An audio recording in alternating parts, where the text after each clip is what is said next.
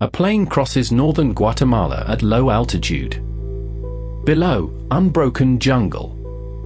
Dense. Silent. As far as satellite imagery could tell, empty. Then the laser fires. 18 billion pulses of light, in a single afternoon, piercing the canopy and returning. A computer strips away the trees, digitally, layer by layer, and what's left on the screen stops the research team cold. Not a temple. Not a ruin. A civilization. Highways. Reservoirs. Fortifications. Tens of thousands of structures, connected, planned, engineered, stretching across more than 800 square miles of what we called uninhabited jungle. This happened in 2018. The findings were published in Science. And they didn't just surprise archaeologists, they invalidated a model of the ancient world that had stood for over a century. What we thought we knew about who lived here, how many of them there were, and how complex their world was wrong. Systematically, consistently, stubbornly wrong. And the laser is still firing. LiDAR stands for light detection and ranging. Mounted on low-flying aircraft, it fires millions of laser pulses per second toward the ground below. Those pulses pass through the gaps in dense forest canopy, hit the Earth's surface, and bounce back. The difference in return time, measured in nanoseconds, tells you the precise elevation of the ground beneath the trees. Accurate to within a few centimeters. Feed that data into the right software, and you can digitally strip the forest away entirely. What you're left with is a bare Earth map. No trees. No undergrowth. Just the ground, and everything that humans ever built on it. The technology isn't new. Archaeologists have been using it seriously since the mid-2000s. Early surveys in Belize at the ancient Maya city of Caracol found structures that ground teams hadn't located in decades of fieldwork, found in days. But it wasn't until researchers started flying LiDAR at scale, over entire regions, not just known sites, that the true weight of what the jungle was hiding became impossible to dismiss. Because up until that point, the dominant model was clear: pre-Columbian civilizations in tropical environments were impressive, but limited. Rainforest soil is thin. It leaches nutrients quickly. You can't sustain massive populations on it. The Maya, scholars largely agreed, reached maybe a few million people at their classical peak. Dense urban centers, yes, but surrounded by vast empty jungle. That model is now in serious trouble. The Pacunum LiDAR Initiative, a consortium of researchers from universities across the US, Europe, and Guatemala. 14 months of aerial survey over the Petén region, the heart of the ancient Maya lowlands. The results, published in Science in 2018, were stark. Over 60,000 previously undetected structures. Across roughly 2,100 square kilometers. Not scattered, isolated ruins, an interconnected landscape. Raised causeways linking cities across seasonal wetlands. Agricultural terracing, cut into hillsides at a scale suggesting industrial food production. Defensive earthworks, walls and ditches stretching for miles between settlements. One of the project leads, Francisco Estradabelli, described the findings as revealing a landscape that had been completely transformed by human activity. The Petén wasn't a sparse jungle punctuated by ceremonial centers. It was a managed, engineered, densely occupied territory. The population estimate that emerged from the data, somewhere between 7 and 11 million people in the Maya lowlands at their classical peak. Some researchers push toward the higher end. The old consensus, a few million, maximum, is no longer defensible. These aren't fringe numbers. They're the conclusion of peer-reviewed science published in one of the most prestigious journals in the world. But here's what the study quietly revealed that got far less attention. The infrastructure implied by those numbers, The roads, the water management systems, the agricultural works, required a level of coordinated planning that the old model simply hadn't accounted for. This wasn't a loose collection of city-states occasionally trading with each other. This was something closer to an interconnected civilization managing its landscape at a regional scale. And that raises a question nobody has fully answered: how? Among the structures the Pakunum survey revealed, a network of raised causeways connecting major urban centers. Broad, engineered roads, elevated above the swampy lowland terrain, running for miles between cities. Here's the detail that sits uncomfortably in the mainstream account. The Maya, as archaeologists understand them, had no wheeled vehicles. No draft animals larger than dogs. So the conventional justification for major road networks, moving goods, armies, resources efficiently, still applies, but the scale asks something more. Mass movement of people on foot, organized and sustained, across a managed road system connecting dozens of major centers. Some researchers have looked at certain causeways and noted they run in straight lines across difficult terrain, with the kind of systematic planning we associate with empires, with centralized states that could organize labor across vast distances. The debate over how centralized Maya political power actually was is ongoing and genuinely contested. LiDAR didn't settle it. It sharpened it. Because now you're not arguing about a few cities. You're arguing about a landscape with 10 million people in it, and the question of how you govern that, how you feed it, connect it, defend it, becomes urgent in a way it wasn't before. Mainstream archaeology has working answers. They're not satisfying to everyone. And the data keeps complicating them. Guatemala is only the beginning. In 2022, a team led by archaeologist Heiko Prumas published findings in Nature: a different jungle, a different civilization, the same pattern of shock. The location, the Llanos de Mojos, a seasonally flooded savanna in the Bolivian Amazon. Long classified as thinly inhabited before European contact.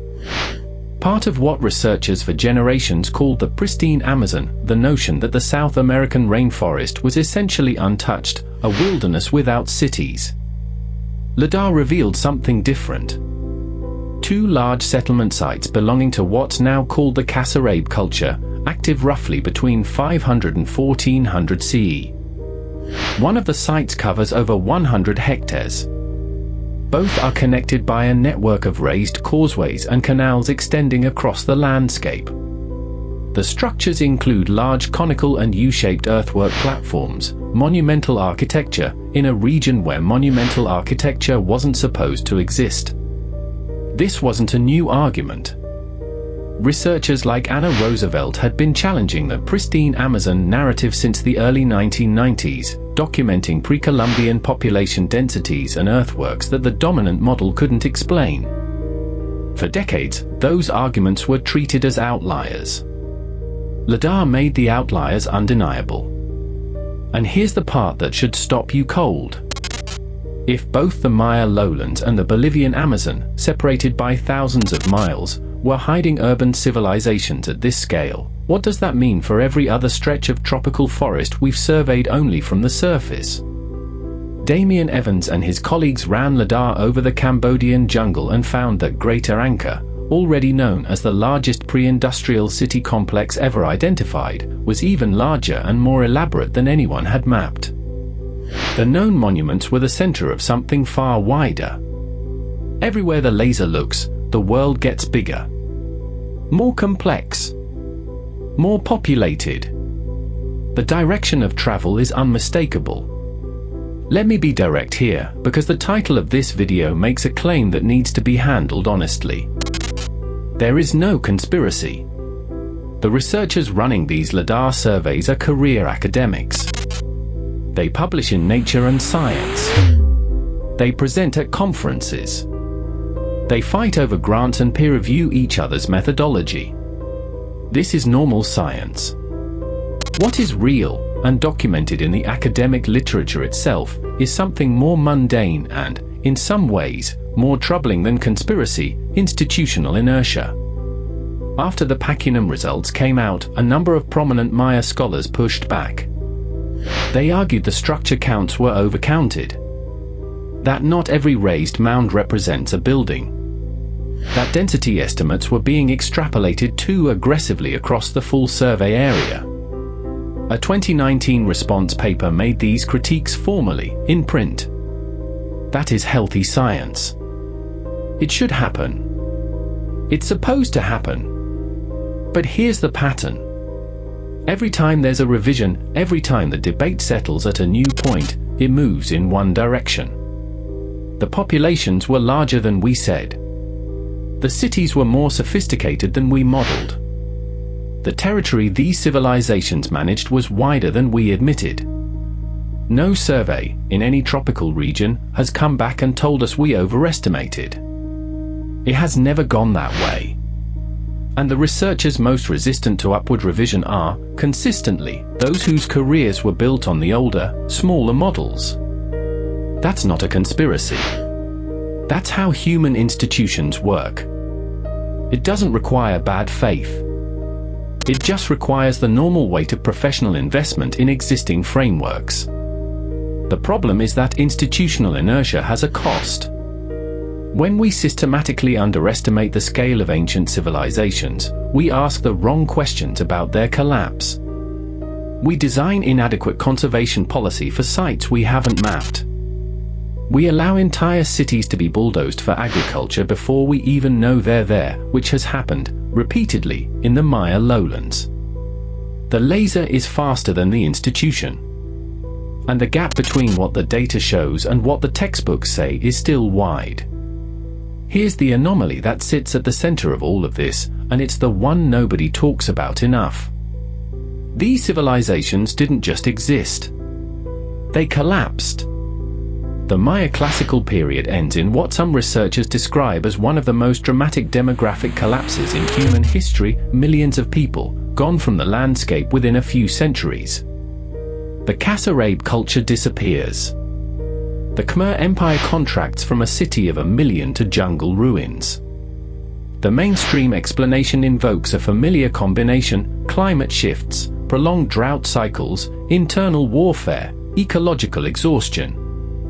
Lake sediment cores and pollen records do show climate anomalies at key collapse moments. That's solid evidence. That's consensus.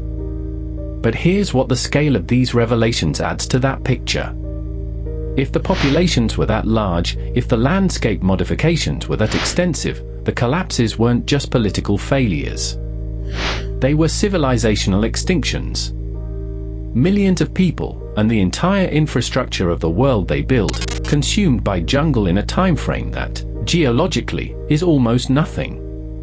Some researchers, this is frontier territory, not consensus, have pointed to structural echoes between Maya collapse dynamics and what happened in the Khmer Empire, in Mississippian cultures in North America, in the Bronze Age collapse on the other side of the world. The argument is that these weren't isolated failures but something systemic, that the ancient world was more interconnected, and therefore more collectively vulnerable, than we've been willing to admit. That idea remains contested. The evidence for it is suggestive, not definitive. But the LiDAR data keeps making the case for a more connected, more complex ancient world, which makes the question of simultaneous, large-scale collapse harder to dismiss as coincidence.